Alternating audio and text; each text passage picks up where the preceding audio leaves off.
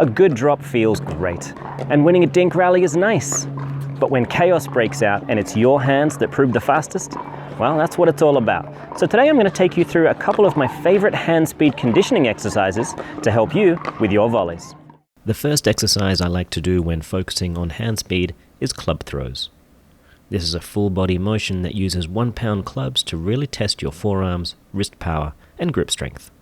To begin, hold the clubs above your head in a crossed over position. This is very important as it will start the swing on a path that won't hit any parts of your body. Pull down on the clubs with everything you've got.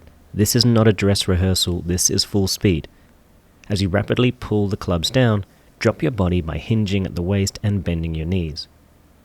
When returning to the top position, extend yourself fully up by going up to your tippy toes, before unleashing full force down again. Repeat the movement for 12 repetitions, and then set up for the counter movement. Give yourself a comfortable knee bend, and then hinge at the waist to drop the clubs below knee height. Once again, cross the clubs over each other to ensure a safe swing path.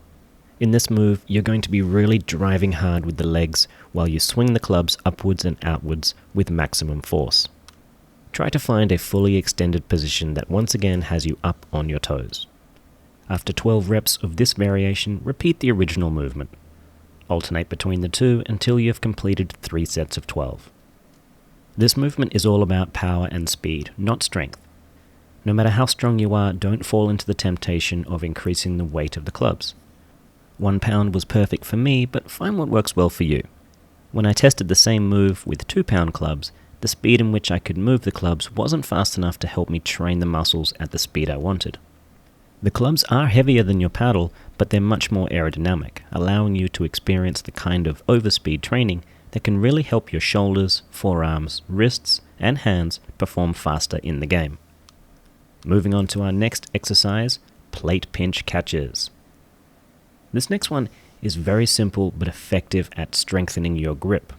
Pickleball requires a variety of grip strengths to cover a full spectrum of shots.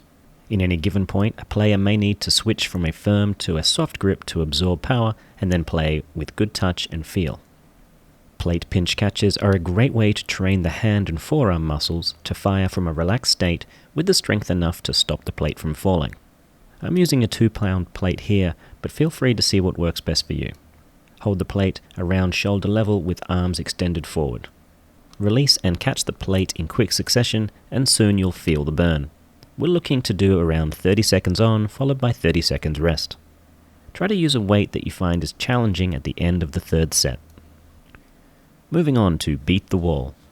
After 3 to 5 minutes of rest, it's time to get 2 balls and a wall involved. A flat wall will work well, but I'm using a brick wall for some more added difficulty. This first exercise is fantastic for your cardio, agility, tracking, and quick transitions from forehands to backhands. Start around 10 feet back and feed 1 ball at the wall, followed by another as the first ball is about to make contact with the wall. Without this rhythm, you'll have a hard time keeping a rally going, so be sure not to rush that second feed. Aim your shots at the center of the wall to give yourself plenty of margin when you get pushed for time. The rally will inevitably start breaking down, so just remember to play a softer, higher ball when you need to buy yourself some extra time to regain control. To really tax your muscles, we're now going to speed things up. To begin with, start off 5 to 6 feet back and begin a volley rally with yourself, directing the ball across the body so you can continually alternate between forehand and backhand. Keeping a low and open stance, start to progressively edge forward to cut down on your own reaction time. Try your best to find a comfortable speed that allows you to keep the rally going. The last progression of Beat the Wall is certainly ambitious and will take some real practice to get good at.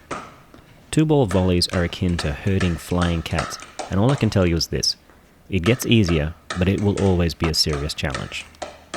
I hope you like a challenge. Like the other 2-ball drill, you'll need to start your second feed while the first is making contact. You'll also need to stand close enough to the wall to play volleys. To have any real chance, you'll need to hit the balls higher and use a very short swing length to not overcommit your paddle too far across your body. In this exercise, a 6-shot rally is a win.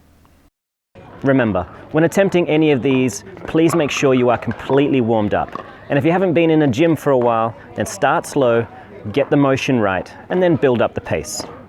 Take it easy, folks. See you at the kitchen line.